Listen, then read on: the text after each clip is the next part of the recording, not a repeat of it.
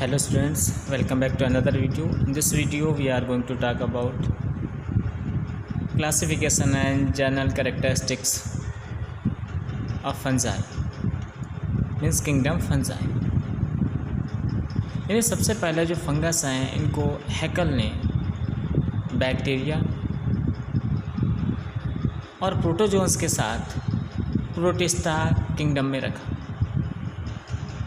इसके बाद Harvard Copeland ने जो 4 किंगडम क्लासिफिकेशन दिया उसमें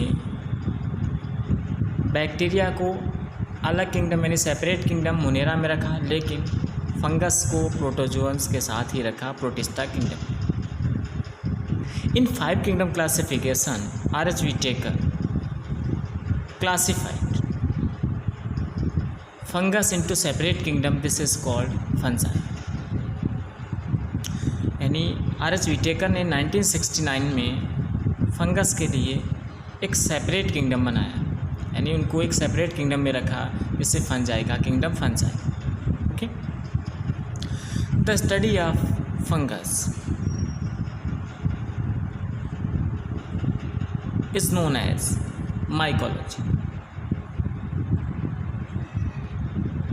the branch of biology dealing with the study of fungus is called mycology. The scientists who are dealing with these fungus are called mycologists.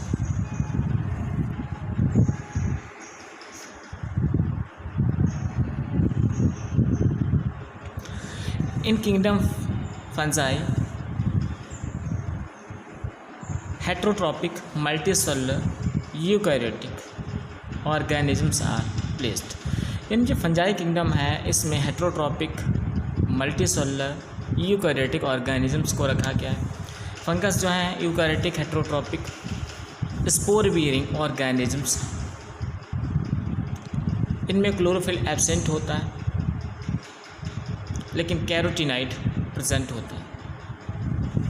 Mostly fungi are saprophytic but some are parasitic and symbiotic. जो mostly fungus हैं parasitic होते हैं लेकिन कुछ symbiotic और parasitic भी होते हैं। Mostly fungi are multi cellular but some are unicellular. For example yeast जो है यूनिसेलुलर है, बाकी मोस्टली जो फंगस है वो मल्टी सेलुलर होते हैं। Now the general characteristics of fungi. तो जो फंगी के जनरल कैरेक्टरिस्टिक्स हैं, फंगस में क्लोरोफिल एब्सेंट होता है, यानी ये हेट्रोट्रॉपिक होते हैं, ऑटोट्रॉपिक नहीं होती। इनकी बॉडी थैलस लाइक होती है, means the body is not divided into leaf, stem and root. Okay, इनकी बॉडी फिलामेंटस हाइफी से मिलकर बनी होती है, जो कि एक थ्रेड लाइक स्ट्रक्चर होता है, उसे हाइफी बोलते हैं। हाइफी मिलकर एक network like structure, net like structure बनाते हैं, जाल लाइक स्ट्रक्चर बनाते हैं, इसे माइसीलियम कहते हैं। ये जो हाइफी हैं इसकी जो सेल्स हैं उनमें एक न्यूक्लियस यानी यूनिन्यूक्लिएट या बाई न्यूक्लिएटेड होती है, एक या 2 न्यूक्लियस प्रेजेंट होते हैं। कुछ फंगस जिनमें हाइफी जो है डिफरेंट सेप्टा से डिवाइड होता है, यानी डिफरेंट उसके जो सेल्स हैं डिफरेंट सेप्टा से डिवाइड रहती है। सेल्स का साइटोप्लाज्म डिफरेंट सेप्टा से डिवाइड रहता है, उन्हें सेप्टेटेड बोलते हैं। और जिनमें सेप्टा प्रेजेंट नहीं होता है, सेप्टम नहीं प्रेजेंट होता है, उसे एसेप्टेट कहते हैं।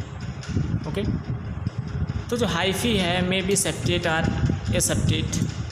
नेक्स्ट इज डाइजेशन जो है इनमें आउटसाइड द बॉडी होता है, यानी डाइजेस्टिव एंजाइम्स का सिक्रेशन करते हैं और जो फूड मटेरियल है वो बॉडी के बाहर ही डाइजेस्ट हो जाता है। Next nutrition heterotrophic. Reproduction mainly asexual reproduction occurs by spore formation, conidia formation, fragmentation and budding. और जो सेक्सुअल रिप्रोडक्शन है प्लाज्मोगैमी और कैरियोगैमी, मीन्स जो रिकॉम्बिनेशन ऑफ जेनेटिक मटेरियल के फॉर्म में होता है। Next, cell wall is made from chitin. Chitin जिसे फंगस सेलुलोज कहते हैं। फंगस की सेल वॉल काइटिन की बनी होती है जो कि एक पॉलीसेकेराइड है।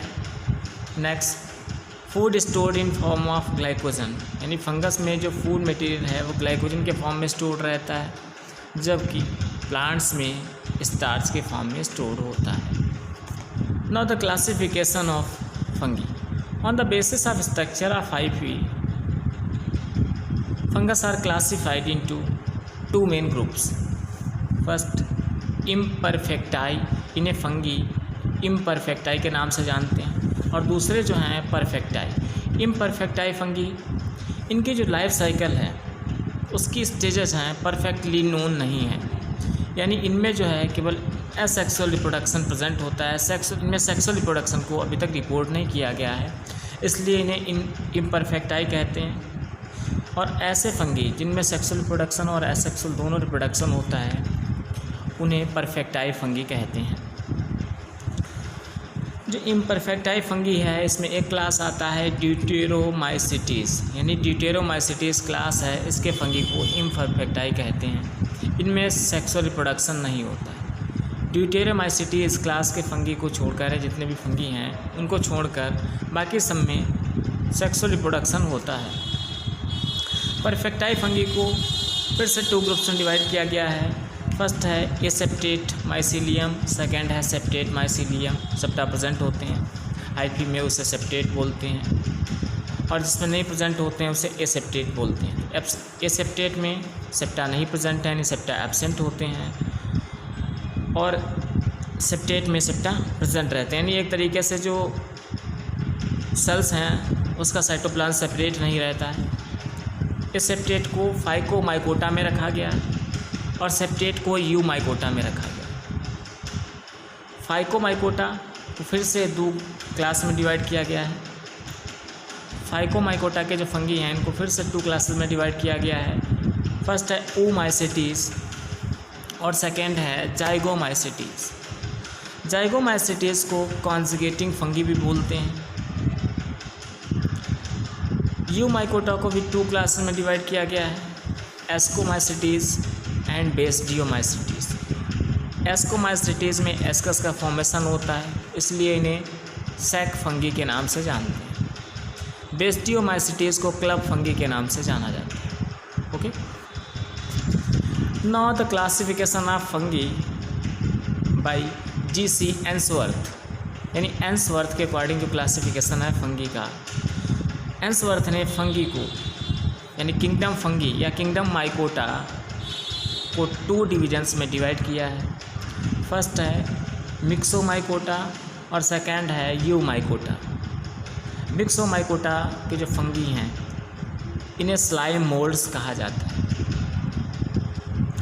यानी मिक्सोमाइकोटा में स्लाइम मोल्ड्स को रखा गया है। इनका जो साइटोप्लाज्म होता है वो नेक्ड होता है। यूमाइकोटा के फंगी को फिर से सब डिविजन्स में डिवाइड किया गया है। 5 सब डिविजन्स हैं। फर्स्ट है मेस्टिगोमाइकोटिना, सेकंड है जाइगोमाइकोटिना, थर्ड है एस्कोमाइकोटिना, फोर्थ है बेस्टियोमाइकोटिना एंड फिफ्थ है ड्यूटेरोमाइकोटिना। ओके।